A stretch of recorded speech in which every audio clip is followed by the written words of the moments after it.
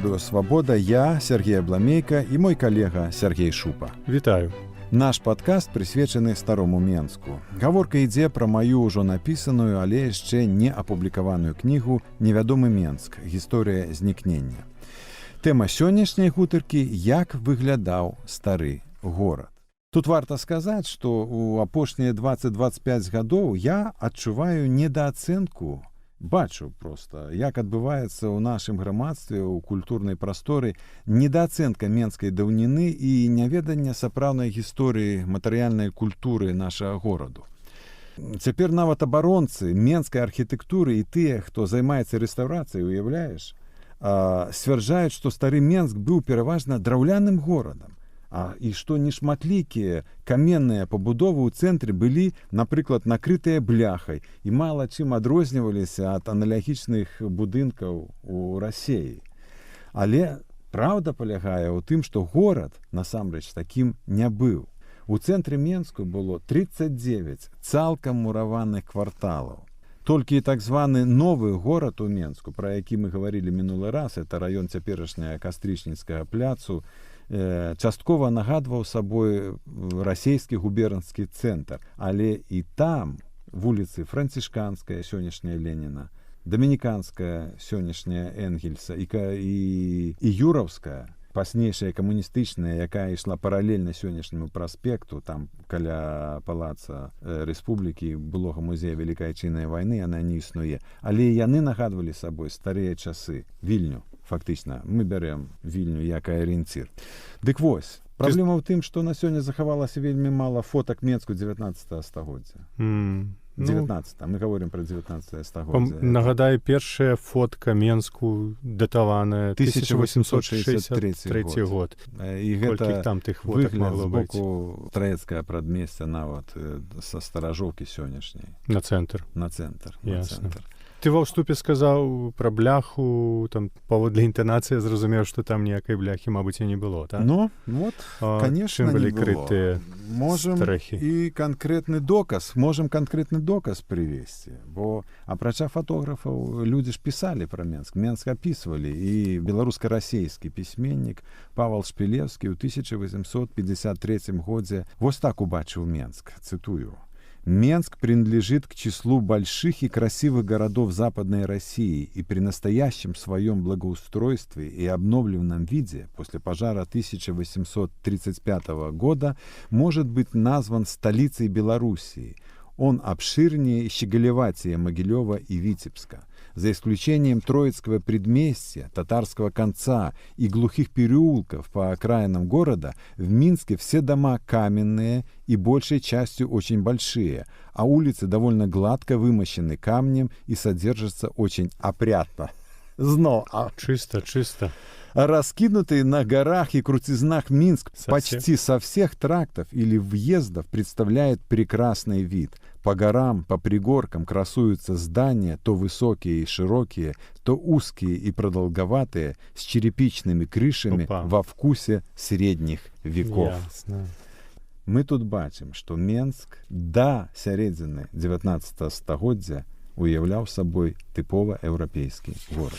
Але глядзі, ён кажа, сталіцы Беларусі. Мне здаецца, што да пабудовы чыгунак Віцебскую большы, чым Менск. Шпілеўскі лічыць, што на той час каля 30 тысяч жыхароў было на той час ужо ў Менску. Адкуль взялася тая бляха ва ўяўленні сённяшніх даследнікаў, аматараў, рэстаўратараў? Бляха была паноўным матэрыялам для накрывання стрэхаў у расійскай імперіі, натуральна. А Менск стаў крыцца бляхай у другой палове 19 стагоддзя пасля гэтых трагічных пажараў. Іх было некалькі, там 74 год, 81. Нагул пажары былі ўвесь час, але Чакай, так можна, значыць, да пажараў вернемся, можна сказаць, што паміж бляхай і дахоўкай існуе нейкая цывілізацыйная мяжа? Я думаю, что так, мы можем говорить, потому что наша традыцыя это была дахоўка. Наша традыцыя это была дахоўка, але калі мы трапілі ў склад расійскай імперіі, тут ужо пайшлі загады царскія. І нешта ў 30-е гады 19 стагоддзя імператар расійскі падпісаў указ, якім колерам крыць дамы. Іх было 3 гэтых колеры: чорны, зялёны і чырвоны. Запанавала такая так званая у нашым выпадку чэрляць. Мне даводзілася пісаць, это такі цёмна-чырвона-карычневы колер. І які, як не дзіўна, сёння пануе ў Менску. Таварыства Стары Менск зноў на вуліцы Інтэрнацыянальнай прыбрала чарапіцу, накрыла тыя дамы бляхай і фарбуе іх у менавіта тую чэрляць расейскую з 30-х гадоў 19 стагоддзя. Некая містычная пупавіна звязвае сённяшнія гарадскія менскія ўлады з расійскімі ўладамі 200-гадовай даўніны. Гарадавой, там, Так, карета. Так. Але адкуль? Ну, это цяжка ўявіць сабе. Некая генетычная памяць улады існуе, некая пераемнасць. Але ў кожным выпадку да сярэдзіны 19 стагоддзя Менск быў крыты чарапіцай, як нам Шпілеўскі паказаў. І калі сёння ідзе размова пра рэстаўрацыю, то тут мы бачым відавочны водападзел. Што мы хочам аднавіць? Аказваецца, і ў рэстаўрацыі, ў аднаўленні ёсць ідэалагічны аспект. Мы хочам расійскія ўзоры аднаўляць ці расійскія ўзоры аднаўляць. Чаго мы хочам? Сёння у Беларусі аднаўляюцца расійскія ўзоры. Менск сёння, верхні горад і гэтыя вуліцы, которые так любяць, моладзь кінулася, туды людзі ходзяць, гуляюць. Ён фактычна адноўлены як расійскі губернскі горад. Не, ну это таксама цікавае пытанне, вось калі б было рэальна аднавіць стары горад, так? Мы ведаем, што значная частка старого гораду згарэла ў пажары 881 года, значыць, там забудова была недзе 80-х гадоў 19 стагоддзя, а это ўжо расійская імперыя і ўсё. Нешта дарасійскае там, ну, было б аднавіць даволі праблематычна.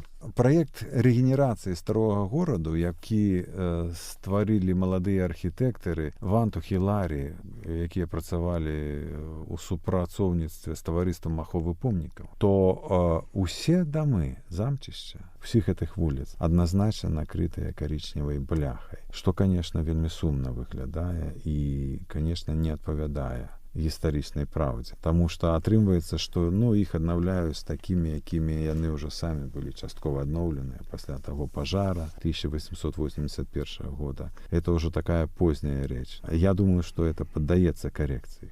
Ну, з другого боку, нехта можа сказаць, ну, это ж таксама наша гісторыя.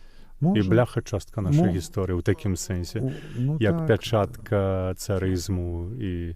Так, я бы быў ўсё ж за прысутнасць, прынамсі, дахоўкі, або назовем яе чарапіцы, значную. Асабліва, калі мы залезем наперад і скажам, што чарапічныя заводы ў Менску працавалі аж да пасляваеннага часу. Да вайны многія будынкі ў цэнтры горада былі накрытыя дахоўкай, а адразу пасля вайны, калі Менск аднаўлялі з дапамогай палонных немцаў, яны пабудавалі раён трактарнага завода і раён аўтазавода. Там у маёй калекцыі прысутнічаюць здымкі, дзе ўсе гэтыя дамы накрытыя чарапіцай. Я тут ужо нібыта сказаў, можа, неабачліва, што ў гэтым старым горадзе неяк не прыпамінаецца ніякіх такіх важных будынкаў, дамінантаў. А што ж там ўсё ж такі было? Як гэты стары горад рэальна выглядаў?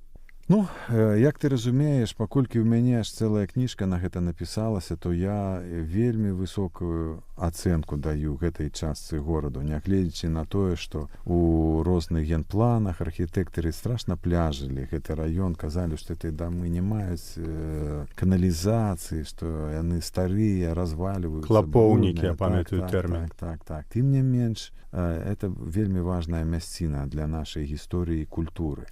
Там былі і дамінанты. Конечно, там была, як мы ведаем, і цяпер застаецца Петрапавлаўская царква 1612 года на Нямізе, 2 сінагогі на школьным двары, прытым адна з іх гатычная, халодная сінагога 1570 года.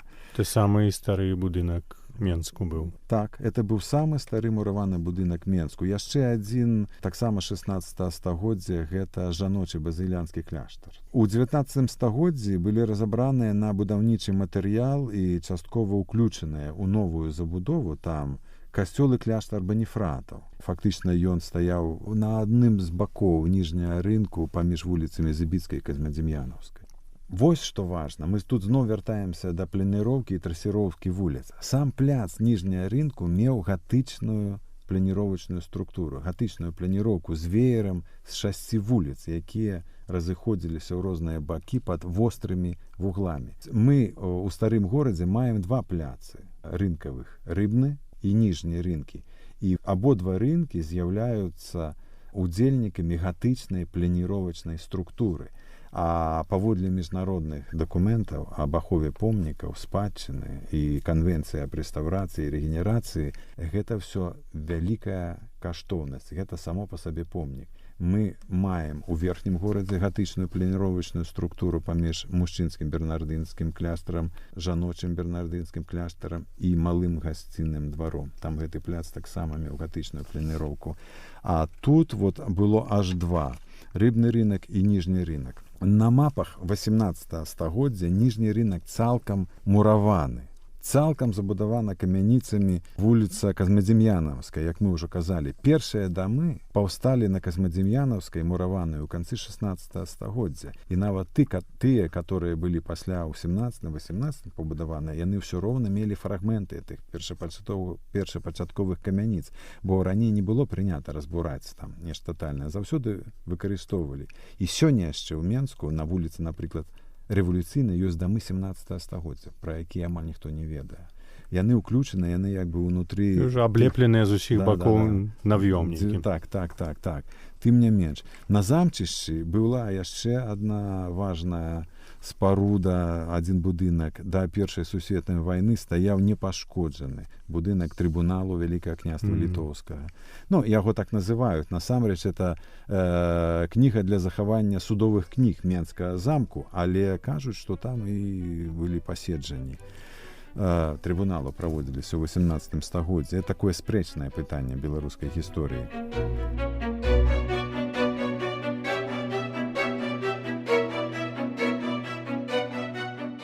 Невядомы Менск. Гісторыя знікнення. Сергей Бламейка абмяркоўвае свае архіўныя знаходкі з Сергеем Шупам.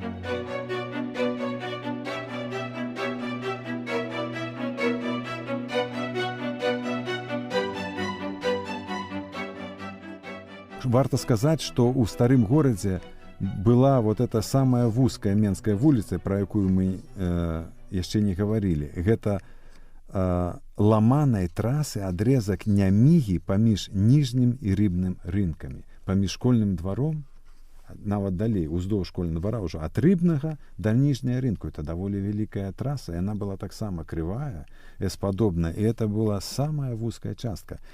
Адлегласць паміж дамамі 6 метраў была.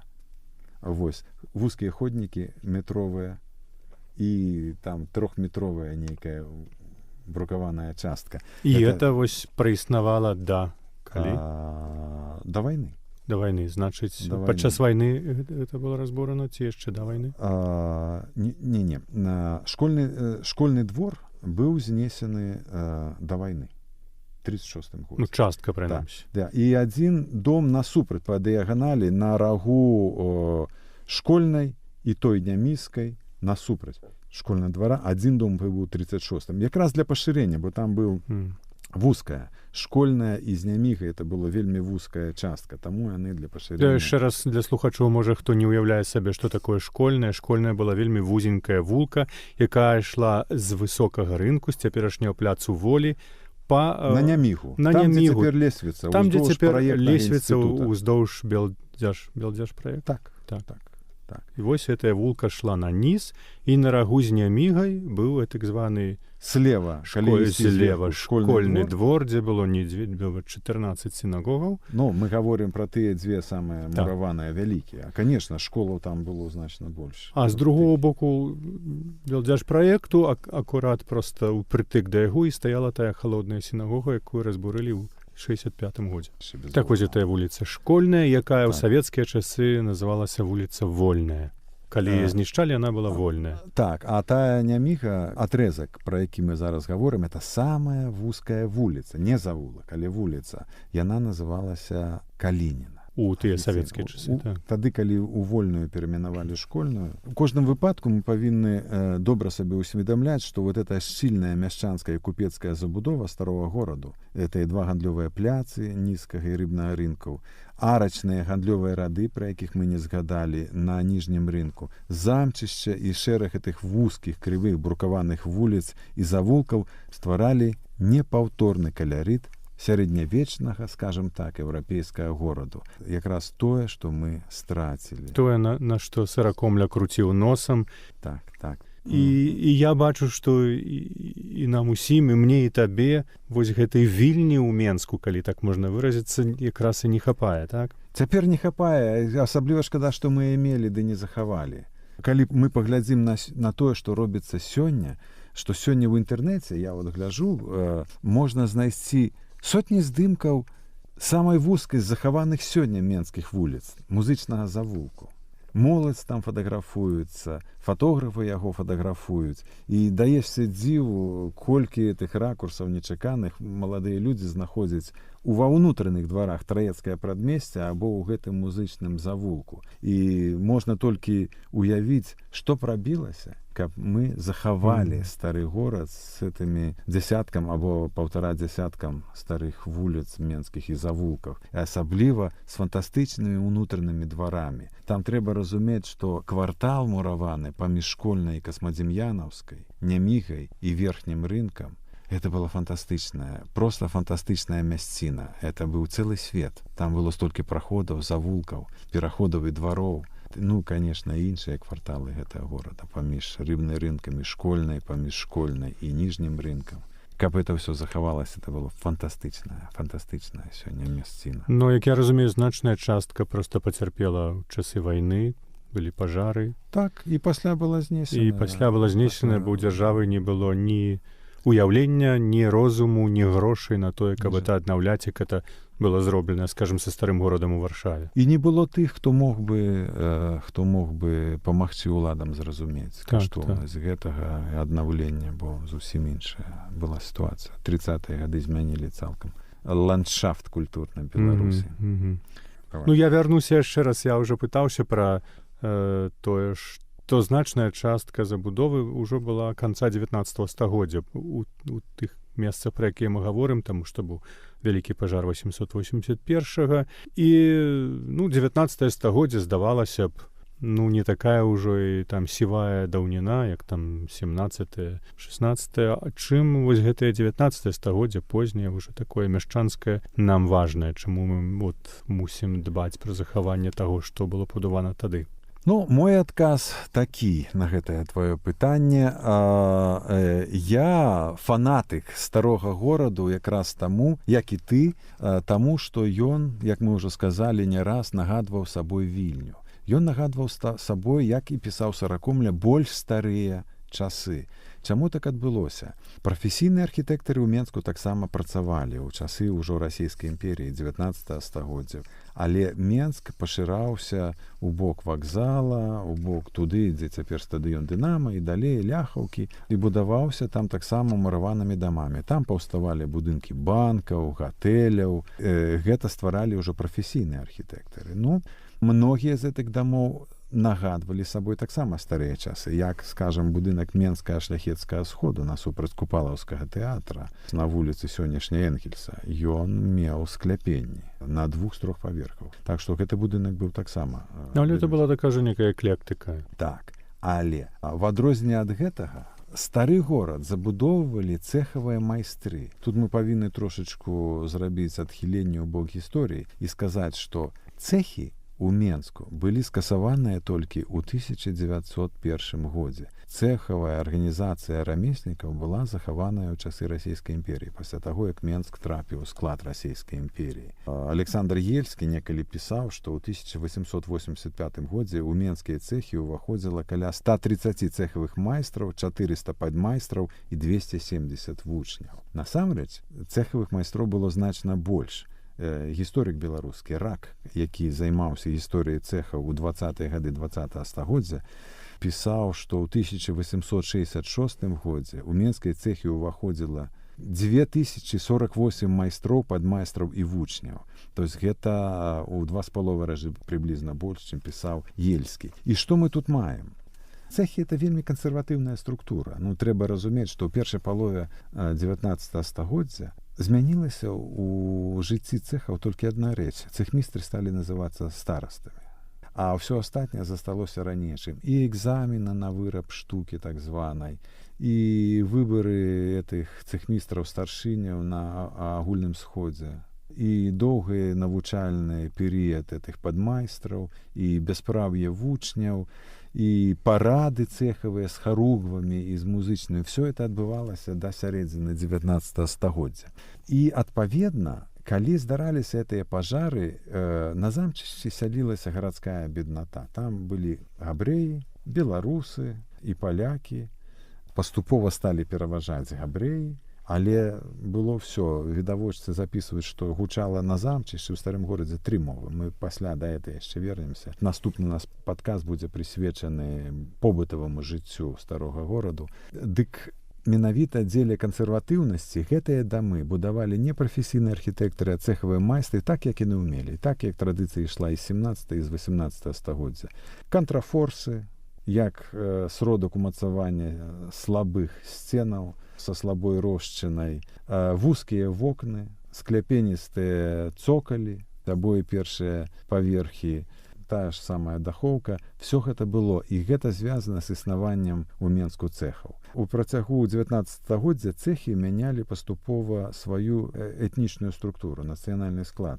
Паколькі патэнт цэхавага майстра даваў права перасякаць рысу аселасці ў расійскай імперіі, то габрэйская бедната паімкнулася ў цэхі, каб мець магчымасць сацыяльны ліфт. Так, перасячы эту рысу аселасці, пасяліцца недзе ў Расіі, бо вялікая канкурэнцыя, вялікая цесната была ў нашых гарадах і ў нашай эканоміцы, так, калі можна сказаць, для актыўных людзей. І ўжо нават да другой паловы цэхі пароўну дзяліліся на хрысціян і габрэяў. Але да канца 19 стагоддзя габрэі сталі пераважаць у цэхах, і стала больш. І гэта была адна з прычын скасавання цэхаў у 1901 годзе, каб не даць ім магчымасці таго сацыяльнага ліфту, бо антысемітызм у расійскай імперіі нікуды не знікаў з пачаткам 20 стагоддзя. Дык вось гэта асноўная прычына і таго, што гэты горад так выглядаў. І яшчэ можна сказаць, што 7% гарадской забудовы — это таксама асаблівасць Менску, нашых беларускіх гарадоў і ў тым ліку Менска, былі змешанай канструкцыі. Ніжняя частка была каменная, а верхняя драўляная. У ніжняй частцы быў бізнес людзей, майстэрня або крамы, а ў верхняй цёплай драўлянай яны жылыя. Я сам нарадзіўся ў такім доме. Нашу сям'ю выселілі немцы ў часе вайны на Ратамскую вуліцу, цяпер Мельнікайта, і там мы ў такім доме жылі, калі ўжо я нарадзіўся, у этой верхняй цёплай драўлянай палове. Трэба сказаць, што колькасць мураваных дамоў у Менску расла пад канец. У 1896 годзе колькасць мураваных будынкаў у Менску была 2110, а ў 1911 годзе 10 300 мураваных будынкаў у Менску ўжо было. А стары горад заставаўся такім кансерватыўным старым месцам.